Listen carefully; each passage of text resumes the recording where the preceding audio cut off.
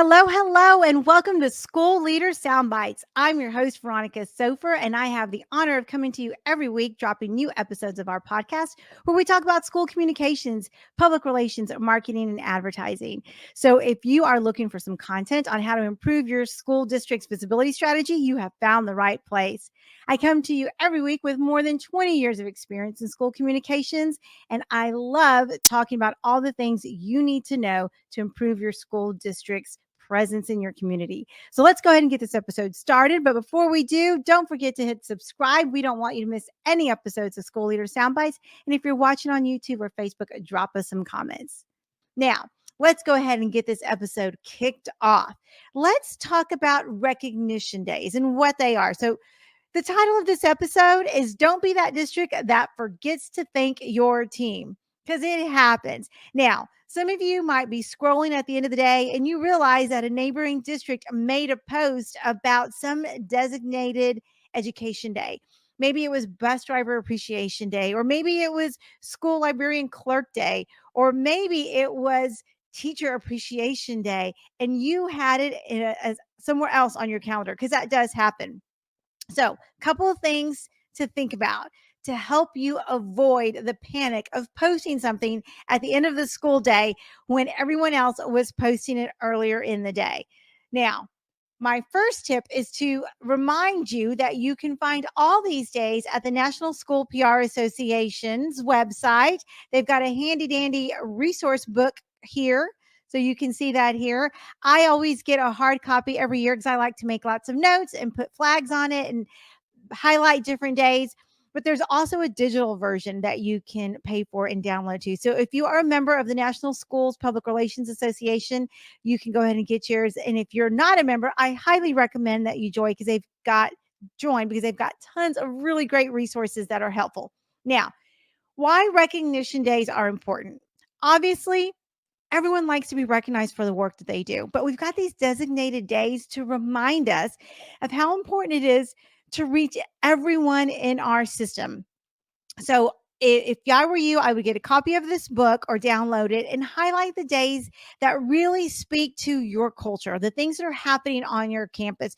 Be creative. Make sure that when you are putting together your calendar for the year, that you are not just thinking about social media posts, but you're thinking about how else you can incorporate some of these days into your normal communication. So maybe you're a building principal and you want to incorporate it into your newsletter that's going to go home with families. Just put a little blurb in there, letting everybody know that maybe next week is National Food Service Nutrition Day, and you want to highlight the team that you have on your campus. Or maybe it's Paraprofessional Day and you want to give a shout out. Be really creative on how you do it. So not only should you be thinking about social media posts, but also the other ways in which you communicate with families, whether it's newsletters, or maybe you send something home periodically, or maybe you're putting it together in a PowerPoint presentation. I like to make sure that it also gets included in the board calendar. So if you are working with the Board of Education or a Board of Trustees, make sure you're letting them know every month which days your district is going to be implementing into your social media content calendar, so that your board members also, as members of the team, can put together a little something if that's something they would like to do, maybe at a board meeting. So add it to your superintendent's comments, add it to your board reports. And for some of these days, you also might want to put together a press release if that's appropriate for the community that you live in. So be really creative and don't just focus on the social media posts, because that's my number one pet peeve when districts say, oh, we do a lot to recognize our staff, and you look and it's just on Facebook. So make sure you're utilizing all of the platforms. And one of my favorite ways to recognize people is to really dissect some of that data. Now, I usually like to do this during the summer months. Go ahead and segregate those groups out so that you can either put together a card that is pre-printed and maybe signed by the cabinet members or the superintendent, and send those out. Sometimes we have designated days for our operational staff. Maybe it's plant services or human resources or the business office. Everyone should have a designated day, and everyone deserves to be recognized. Now, if printing is not in your budget or you just have too many people on your team to really make that effective or an efficient use of time, then put together a greeting card that's electronic that you can actually send to people so that when they get to work in the morning and they open up their email, there is an appreciation email from the superintendent or the cabinet, just recognizing them and thanking them. Now, you always want to include some art. So, whether it's photos of people of that department or a logo that you've put together, make sure that it's personalized so that everyone can not only read the recognition, but feel the recognition, because art always makes a big difference. Now, here's why this is important, because we know that humans in general are exposed to 2.3 million bits of information per second. So per second, you are being exposed to about 2.3 million bits of information, whether it's something you hear, smell, taste, see with your eyes, experience. Maybe it's the little hairs that stand up on the back of your neck. You are constantly receiving information, but your brain can only process about 127 bits of information per second.